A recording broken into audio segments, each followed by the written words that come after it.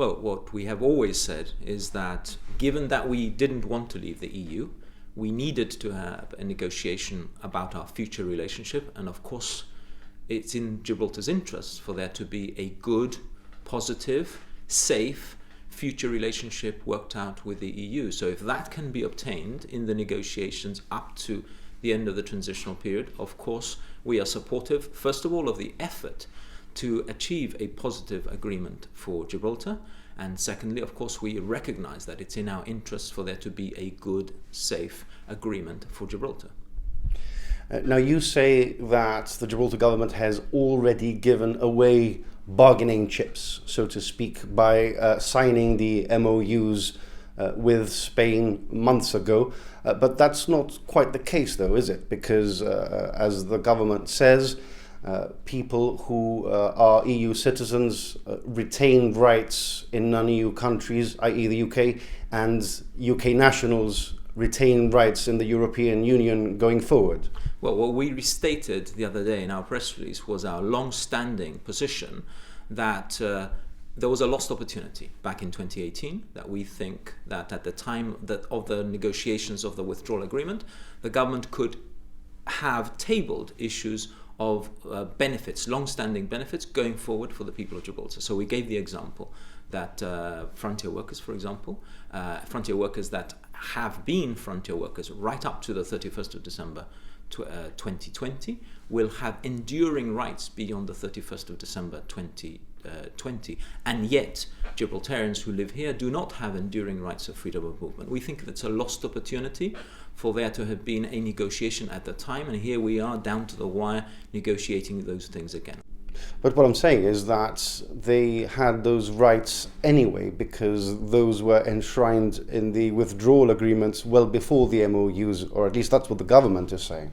Well, but what we talk about when we talk about a lost opportunity is because when we compare the situation with Northern Ireland and we compare other things that the government were quite willing to give forward-looking concessions, for example, in the tax treaty, because the tax treaty is permanent, and yet it was part of the package. It had nothing to do with the transitional period. It doesn't expire at the end of 31st December 2020. It's a tax treaty forever, which the government were negotiating, and in Northern Ireland, not like Gibraltar, they negotiated a forward-looking package of benefits beyond the 31st of December 2020. Let me make this very simple point.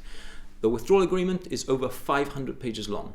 The Northern Irish part of the withdrawal agreement is 131 pages. The Gibraltar Protocol is 7 pages. This was a lost opportunity. We've said it before, we say it now, and we are being consistent simply with the saying that at the time there could have been an attempt to negotiate other rights and other benefits for Gibraltar, and the government failed in doing that. And yet now we support the government in trying to obtain positive benefits, but now they're down to the wire when a lot of this discussion and negotiation could have been obtained before. There's an article in El País today which refers to the negotiations and suggests that Gibraltar is seeking some sort of association with Schengen. Now, of course, it's not the first time we've heard that, but what would your red lines be on this issue if you were in government?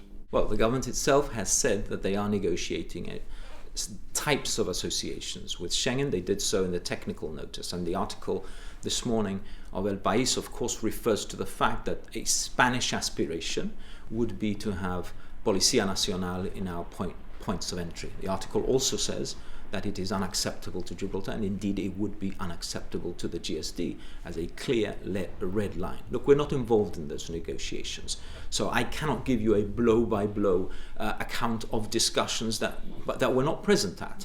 But I can tell you that we are supportive of a positive, lasting future relationship with the EU, but it has to be safe in respect of sovereignty, jurisdiction and control. Those are our red lines. If we were in the room negotiating, we would have those red lines. We would use that as the litmus test every time there was a proposal, and we would be clear that we would only enter into a final agreement if it was safe in respect of our sovereignty, jurisdiction and control.